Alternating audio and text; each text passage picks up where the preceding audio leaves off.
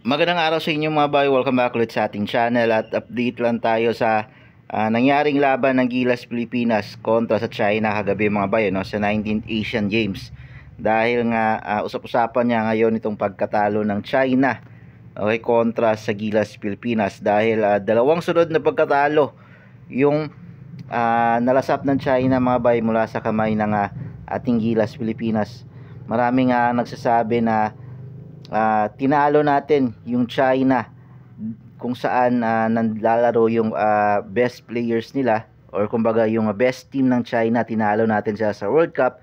At dito naman sa Asian Games, tinalo natin sila kahit na yung Team B nila, tinalo natin sila ng kapwa din Team B natin na pinadala ng Gilas Pilipinas. So talagang no excuses yung China dito mga bay, no, dahil tinalo natin sila nung best team nila, yung ginamit nila, and tinalo din natin sila ngayon sa pangalawang pagkakataon, yung Team B naman nila. Okay, and trending nga ngayon, usap-usapan sa mga Chinese vloggers yung nangyaring pagkatalo ng China.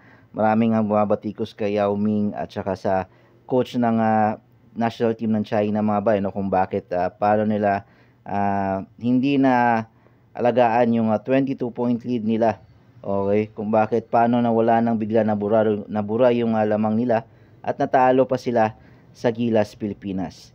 And speaking of Gilas Pilipinas mga bay, trending din itong si Justin Brownlee sa China mga bay, sa mga balita sa China, sa mga sports news, mga vloggers regarding doon sa ginawang back-to-back threes or yung mga game-winning shot na ginawa ni Justin Brownlee kontra sa China. Maraming nagsasabi na binuhat ni JB yung Gilas Pilipinas mga bayan, no? Pero alam naman natin na hindi lang naman talaga si Brownlee yung dahilan kung bakit tayo nanalo mga bay. Malaking parte lang talaga si Brownlee sa pagkapanalo natin kontra sa China, pero na-involve naman lahat nag-contribute, hindi lang naman si Brownlee. And kung natatandaan niyo yung commentator na umiyak dati nung World Cup mga bay, yung Chinese commentator, umiyak din kagabi nung natalo siya, okay, kontra nung natalo yung China. Siya din yung commentator kahapon mga bay, ano, sa game, sa Chinese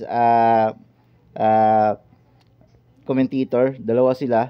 And umiyak din siya kahapon mga bay matapos matalo, hindi may pasok ng China yung game winning shot sana nila. Okay, hindi rin siya makapaniwala. Okay, so hindi din maraming mga Chinese fans ang hindi tanggap yung pagkatalo nila kagabi mga bay. Maraming nagsasabi na chamba lang daw yung pagkapanalo ng Gilas. Pero para sa akin hindi chamba yun mga bay, no? Dahil down tayo by 20. Unang-una, against all odds yung Gilas Pilipinas kontra sa China. Home court pa yan ng China. Tinambakan tayo ng 22. And then, syempre yung lutuan mga bay, hindi yun nawala. Siguro hindi siya ganoon kalala compared nung 2015 na lutuan, pero mayroong pa ring lutuan kahapon mga bay, mga bias calls na hindi pabor sa Gilas at pabor sa China. So lahat ng yon, yung mga adversities na yon, talagang tinalo or na-overcome ng Gilas mga bay, no, para matalo yung China at makasungkit ng first time natin pasok mga bay, no, in 33 years sa Asian Games mga bay, sa men's basketball, na mapasok tayo sa gold medal match.